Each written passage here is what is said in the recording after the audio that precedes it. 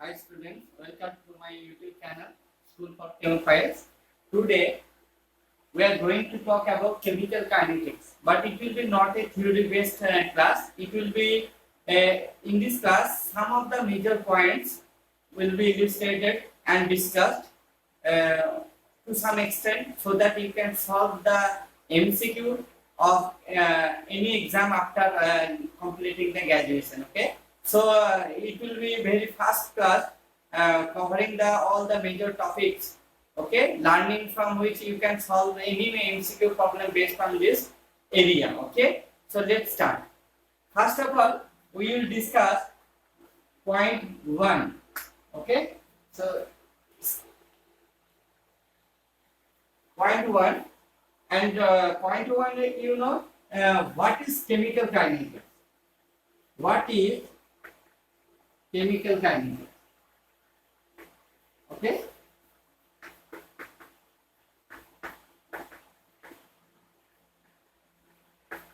okay, what is chemical kinetics?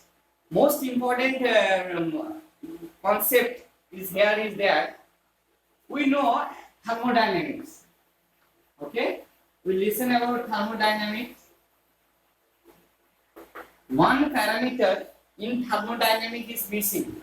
I don't know whether you recall of that one, which parameter is not in thermodynamics. Okay, so in case there is a parameter which is missing in thermodynamics but introduced in chemical kinetics. You know what? That is the time variable. Time, that T is missing in thermodynamics. It is introduced in chemical kinetics. So chemical kinetics deals with two parameters. One is concentration, okay, and the second one is time. That is denoted as T and concentration denoted as C. So these are the two parameters. These are the most two important parameters which are introduced in chemical kinetics. And basically most important time parameter which is missing in thermodynamics. So thermodynamics actually deals with the possibility of a process. It helps to understand whether a possible process will take place or not. Okay, but how extent of a process will take place is not determined by thermodynamics. It is determined by the chemical kinetics. Okay, so chemical kinetics deals with the extent of possibility of a process. Extent of possibility, how much of a process will take place. It is discussed in chemical kinetics. But whether a process will take place actually or not, it is assigned by the thermodynamics. And you know the parameter which detects the possibility of a process, that is the del V.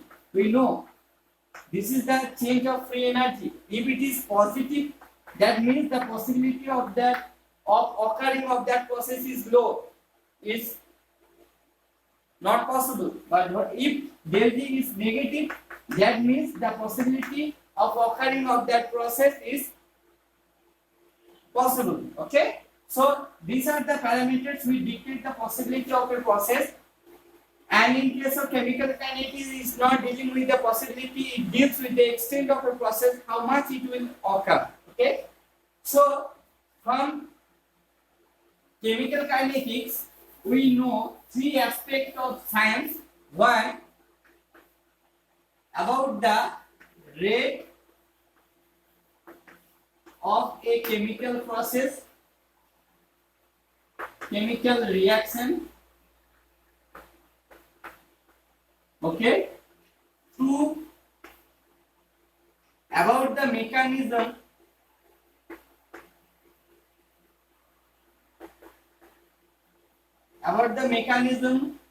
of a chemical reaction.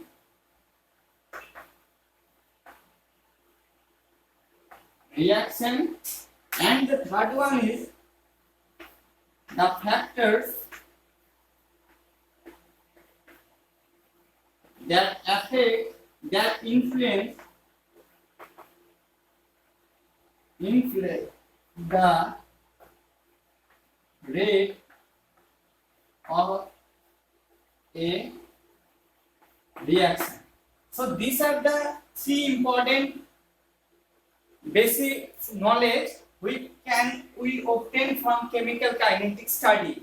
It deals with the rate of a chemical reaction, it deals with the mechanism of a chemical reaction, it deals with the factors that influence the rate of a chemical reaction. Okay, remember that one. Okay, and another issue, that two bridges are there. One is thermodynamics and one is chemical kinetics.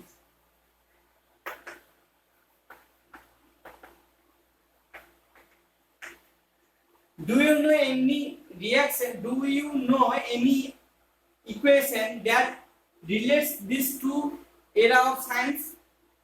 Okay, is there any equation which connect these two aspect of science?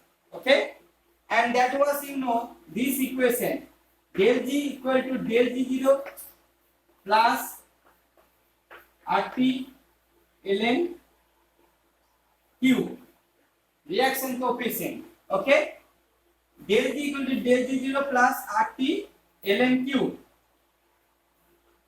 Okay, this is the equation which relates these two area of science. This is thermodynamic parameter, these two are thermodynamic parameter, but this is the Q, reaction quotient. Actually, this is the kinetic parameter. Kinetic parameter. So this is the equation which relates these two area of science. Okay, I think you know this. And we will go to the next point, that is P2. Next point. These are the points which will be highly useful for solving MCQ questions in competitive examinations. Okay. So next point is, based on rate of a chemical reaction,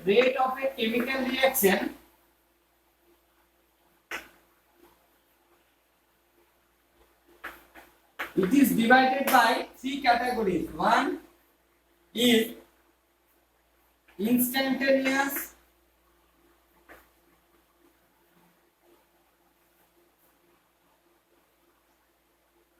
reaction, two, moderate reaction, three is very slow reaction. Okay, depending on how much time it will take to complete a reaction, based on that, reactions are subdivided in three categories. One is instantaneous reaction, another one is moderate reaction, and third one is very slow reaction. In case of instantaneous reaction, any type of ionic reaction are instantaneous reaction, and it will take place with a time interval of 10 to the minus 14 to 10 to the minus 16 seconds. This is very important important information. Instantaneous reaction takes place in the time frame of 10 to the minus 14 to 10 to the minus 16 seconds. Okay? And in case of moderate reaction, like silver nitrate, when a chloride solution contains silver nitrate, it gets precipitate of silver chloride instantly. Okay, white color of precipitate of silver chloride, you know that. Estimation of the Cl minus, qualitative estimation of Cl minus, if you put silver nitrate solution to a solution containing Cl minus and then silver chloride will precipitate instantaneously. Okay, that reaction is taking place in the time interval of 10 to the minus 14 to 10 to the minus 16 seconds. So this is instantaneous reaction. Okay. In case of very slow reaction, you can't measure the kinetics here. It is very tough to measure the kinetics. How it takes place, it is difficult to measure in case of very slow reaction. Okay, and you know the rusting of iron. Rusting of iron is such an example where reaction takes place very sluggishly or very slowly. Very slowly. Okay, it takes 3, 4, 5 months for rusting of iron, you know all these things. But in case of moderate reaction, you know esterification of acetate, any acetic acid, esterification of acetic acid, or decomposition of hydrogen peroxide, decomposition of hydrogen peroxide. This is a type of reaction of moderate reaction. It takes place in the frame of 10 to the -2 second, like that. Okay, so you can measure the kinetic study. You can do the kinetic study for decomposition of hydrogen peroxide, and you did it in the first time also, first time practical. Okay, so this type of model reaction. So in case of titrimetric method, you can measure the rate constant value K in case of moderate reaction. So moderate reaction can be studied titrimetrically in laboratory because its rate is in medium. Okay, not so too slow, not too fast. So you can measure. So these are the chemical reactions which is subdivided on the time frame. Okay, how much time it will take to take place. So these are the points to which cover this aspect. Next we will go point 3. Okay, consider a reaction.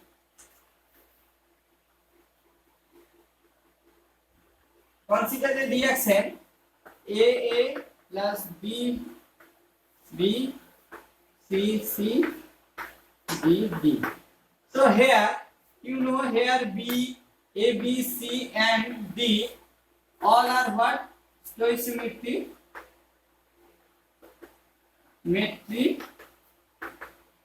coefficient.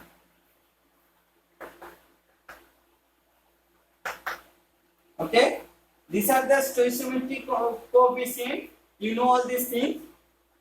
Okay, in case of, if we consider n2 plus I is 2 equal to 2i n is 3, then here the magnitude of 1, 3 and 2 are the representative of stoichiometry coefficient. Now if we write the rate of the overall reaction, that is the rate of overall reaction, that will be equal to what? That will be equal to minus 1 by A dA by dt. That will be equal to minus 1 by B d concentration of B by dt. That will be equal to 1 by C dC by dt, and that will be 1 by D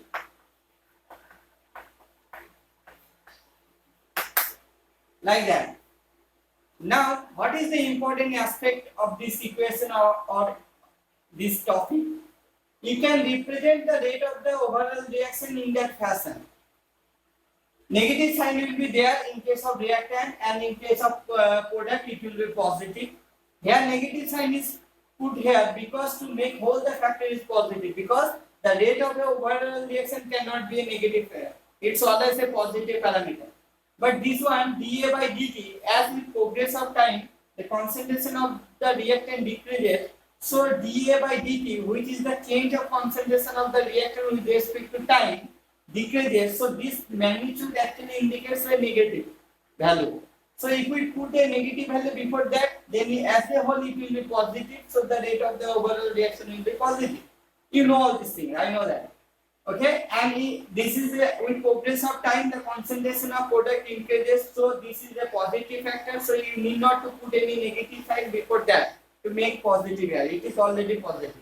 So these are the stoichiometry coefficient which is divided by the. Now in some of the numerical problems in any competitive exam, it is given that the rate of decomposition of A or rate of formation of C, like that. So remember this one, if it is given that rate of decomposition of A is something, then this is the rate of decomposition of A. This is the rate of decomposition of B. This is the rate of formation of C. This is the rate of formation of D. Remember this one, okay? Because if the rate of decomposition of A is divided by a factor A, then it will be equal to the rate of the overall reaction. So don't forget, this as a whole is not the decomposition of rate of decomposition of A. Again I repeat, this actually does not represent the rate of decomposition of A. Okay, this one actually represents the decomposition of A. So if decomposition of A is given some value, then it should be divided by this A to equate the rate of the overall reaction. If you have to evaluate the rate of overall reaction and the rate of decomposition of A is given, then divide the rate of decomposition of A by the factor of A. Then it will be equal to the rate of overall reaction. Okay, and same thing happen in all these cases. Okay, so this is the important aspect which we will learn from this discussion. Okay, we will go to the next point.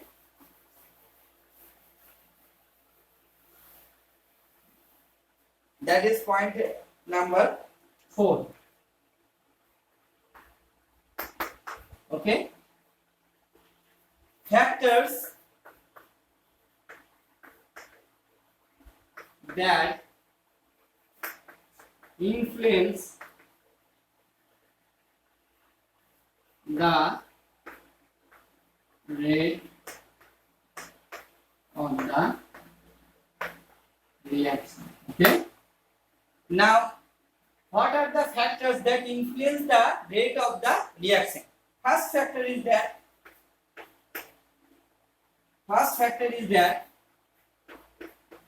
nature of the reactant. Okay, obviously you know chemical reaction is nothing a bond breaking and bond making process. So an energy that required during the bond breaking and bond making process is directly related with the rate constant, you know, by the Arrhenius equation, which is K equal to A into e to the power minus VA by RT. So E a term that develops from the energy requirement for the bond breaking and bond making process. So as the nature of the reactant gets varied, then the amount of energy required to break a bond or to make a bond gets varied. So the rate of the reactions also. So on this basis, the rate of the reaction directly depends on the nature of the reactant. I think you know this, all these things. Next is concentration.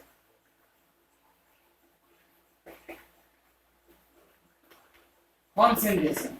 I say it is positive. That means if you increase the concentration, then the rate of the reaction will increase.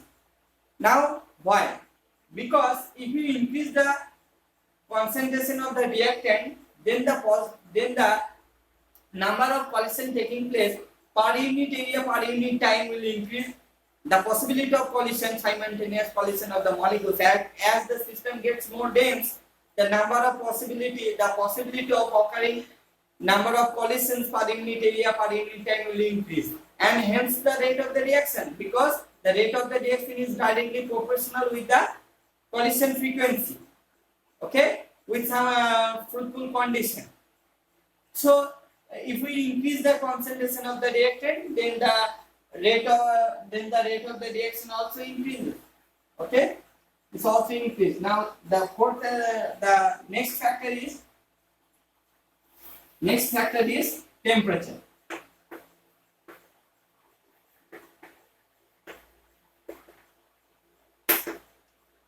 If temperature is T1 and K1 and T2, temperature kinetic is K2. If T1 greater than T2, then obviously K2, T1 less than T2, then obviously K2 greater than K1. That means if you increase the temperature, then also the collision frequency will increase and the rate of the reaction also increase. And you know, by the increasing of 10 degrees Celsius, the reaction gets doubled.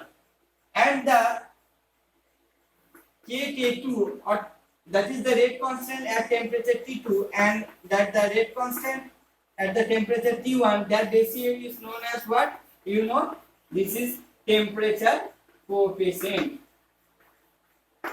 You know, this ratio is known as temperature coefficient. So temperature coefficient is nothing but the ratio of two rate constant at two different temperature.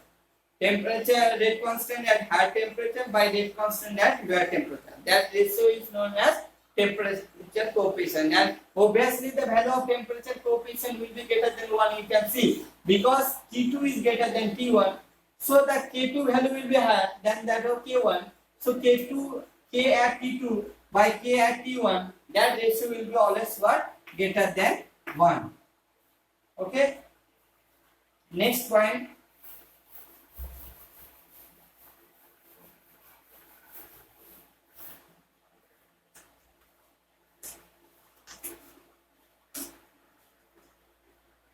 Nature of solvent.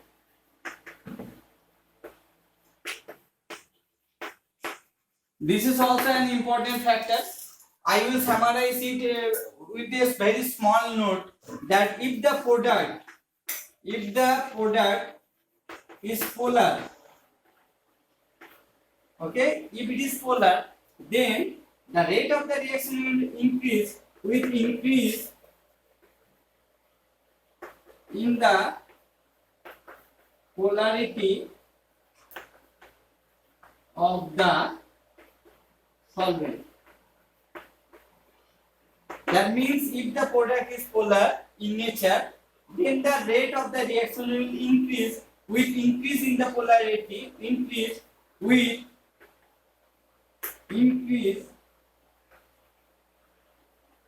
in the polarity of the solvent. And if the product is non-polar,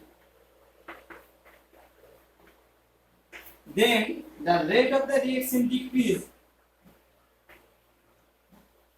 with increase in the polarity of the solvent. Okay, again we summarize this, that if the product of the reaction is polar in nature, then the rate of the reaction will increase with increase in the polarity of the solvent. And if you go from a solvent non-polar to polar, then the rate of the reaction will increase. In case of product, if product is non-polar, then the rate of the reaction decrease with increase in the polarity of the solvent. So this is very important aspect. Now we will go to the next point.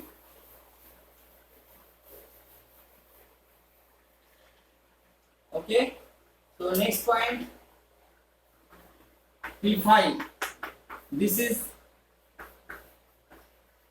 rate law or rate law equation. Okay. Rate law and rate law equation, these are the same. So what is rate law?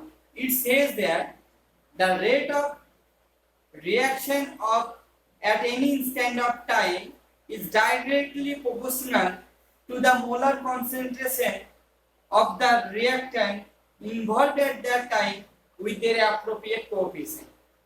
Again I say, the rate of reaction is directly proportional at any instant of time is directly proportional to the molar concentration of the reactant that involved at that time with their appropriate coefficient. So if we consider A equal to product as a general reaction, then the rate of the reaction, that is rate, is directly proportional. Okay, proportional with the concentration of the reactant at that time with their appropriate coefficient, let it A. So rate equal to, that is the rate constant, equal to A to the power small a, and this is the appropriate coefficient which comes from the experimental data. And you know this is known as the order of the reaction. So if the order is 0, that means the rate of the reaction at any instant of time will be constant and its value will be equal to the K. So if we have the rate law equation or rate law, then from the coefficient you can have the order of the reaction. If it is the reaction is look like that, A plus B equal to product, and the rate law equation is given like that, rate equal to K into concentration of A to the power A, concentration of B to the power B, then you can determine that the order of the reaction with respect to A is small a, and the order of the reaction with respect to B is small b, and the order of the overall reaction is A plus B. So rate law equation is not derived from any balanced equation, it is derived from the experimental fact. Okay, so rate law equation, which is an algebraic equation, it reveals the fact that the rate of the reaction is how much dependent with the concentration of the reactant, each of the reactant at that time, and how much extent. This A and B value actually says that how much of the rate of the reaction depends on the concentration of each of the reactant at that time. If its value is equal to 0, that means the rate of the reaction at that time is not dependent, is independent of the concentration of the reactant A. Okay, so this rate law equation or rate law is very much important for the determination of order of a reaction. Okay, so you just remember, you can determine the order of the reaction by knowing the rate law equation. Okay, so this is all about which I try to say you. Now we will go to the next point, that is point number 6, with which it is dealing with the rate constant. Okay, so constant, and it is denoted as small k, because capital K denotes the equilibrium constant. You know all these things. Now what is rate constant? And another name of rate constant is specific reaction rate. If we consider a general reaction A equal to product, okay, then if the rate of the rate is written like that, K is equal to A to the power X something, then if the concentration of A is considered to be unit, that is 1 molar, and if we put the value of 1 here, then we will have rate equal to K. So rate constant is nothing but the rate of the reaction when the concentration of each of the reactant is considered to be unit. So if you take 1 molar concentration of any reactant at any time and you determine the rate of the overall reaction, then actually you will have the rate constant of that reaction. So rate constant is nothing but the rate of a particular reaction when the concentration of each of the reactants which are involved in the reaction is unit, 1 molar. Okay, so this is all about. Now we will go to the next point, that is point number 7, and it is the unit of K. Correct? So if we consider A equal to product and it is a nth order reaction, then the rate of the reaction will be represented as rate equal to the rate constant into concentration of A to the power n. Now if we write K equal to rate divided by concentration of A to the power n, correct? And this rate is nothing but the change of concentration. Rate is nothing but the change of concentration with respect to time. You know all these things. So this is nothing but the change of concentration by time. So this rate has the unit of concentration of time. and this is also concentration. So concentration by time into 1 by concentration to the power n. Correct? So the unit will be like that: concentration to the power 1 minus n time inverse.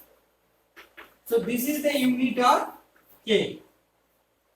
So for the nth order reaction, if we consider a nth order reaction, then the unit of K will be concentration to the power 1 minus n time inverse. So the unit of rate constant directly depends on the order of the reaction. And you know what is the unit of concentration, correct? Previously I said that concentration is expressed in molar concentration, that means moles per liter. So inside of this power, it is there moles per liter. So you can write also this one, mole to the power 1 minus n, liter to the power n minus 1, and time inverse. So if we put the value of 0 in case of zero order reaction, what will be the unit of K? We can write here. If we put the value of n equal to 0 here, then the unit of K will be what? This one 0, so concentration, that means moles per liter second inverse. Correct? Moles per liter second inverse. If we put the value of n equal to 1, then the K will be 1 minus 1 equal to 0, something to the power 0 equal to 1. So the unit will be only second inverse. If we put the value of n equal to 2, then the K have the unit of 2. So here is 2. That means liter mole inverse second inverse. So like that you can determine the unit of any reaction by putting the value of n here. Again remember, in some numerical problem, the order of the reaction is not mentioned, but the unit of K will be mentioned. So by matching the unit of K from this equation, you can easily understand what is the order of the reaction. This is very important. Again I repeat, in some numerical problem, it is not mentioned that what is the order of the reaction, but the unit of K was given there. So by matching the unit of K from the given value with this expression, you can easily evaluate the value of n, and you can easily solve the numerical problem if you know the order of the reaction, because you can easily apply what equation will be suitable to solve that problem. Okay, so we will go to the next point, that is the order of the reaction.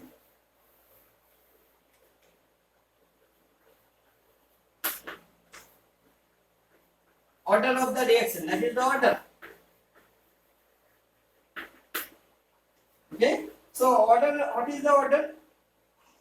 Order is nothing. If you have the rate, I previously said also, you have to have the rate law equation, because order can be determined. It is an experimental data. Experimental data. It is an experimental data. So you can't have that value from the balanced equation. So if we know the rate law equation like rate equal to K into a to the power like x, then knowing the value of x from the rate law equation, you can have the order of the reaction. If there are two or more reactants are involved in the chemical process, that means rate is expressed like that, the rate law equation is expressed like that. So by sum of these two value, you can easily calculate the order of the overall reaction. Correct? So let's see, there is an equation La plus B equal to product, and its rate law equation is like that. Okay, its rate law equation is like that. So now remember, this L and B value may or may not be equal to x and y. Okay, because you have this value from the balanced equation, okay, but it comes from the experimental data. So this L and B value may or may not be equal to the x and y. So by observing the stoichiometric value coefficient, you can't determine the order of the reaction. You must have the rate law equation to know the order of the reaction. So remember this one. Actually, order of reaction is what you know. Order of reaction is actually expressed how much extent a rate of a reaction depends on the concentration of the reactant at that time. It may be independent, that means the order of the reaction will be 0. It may be directly proportional,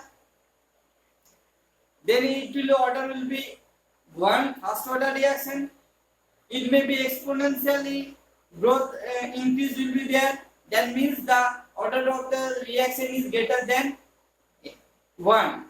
That means it may be second order reaction, it may be third order reaction.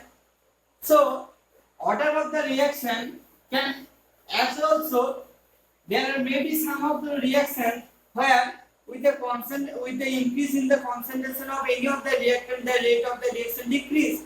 So in that case, the order of the reaction is negative. So the order can be positive, can be negative, can be fractional, anything. Correct? It may be fraction, it may be positive, it may be negative.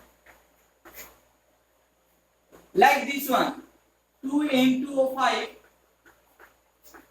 equal to N2O4, N2O4 plus half O2, or you can like that, this one, 2N2O5 equal to twice N2O4 plus O2. Here you can see the stoichiometric ratio coefficient is 2 here. So you can expect that the order of the reaction is 2. But no, here the order of the reaction is first order reaction, that means its order is 1.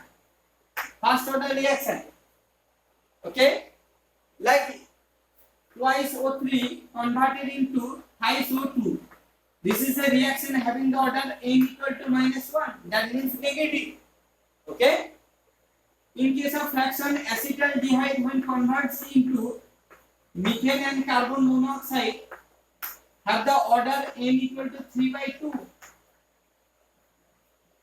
So everything is possible in case of order. It means what? Positive means what? With the increase of the concentration of the reactant, the rate of the reaction increase. If negatives mean what? With increase of the reactant concentration of it, the rate of the reaction decrease. And you know also zero order reaction is there. In case of hydrogenation reaction, in case of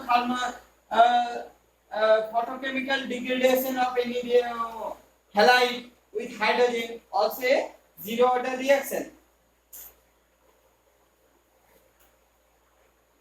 Like this one, 0, it can be 0 also. Like H2 plus Cl2. In case of halide, 2HCl, it's also a zero order reaction. So the order of a reaction can have any value, positive, negative, zero, fractional. You know all these things.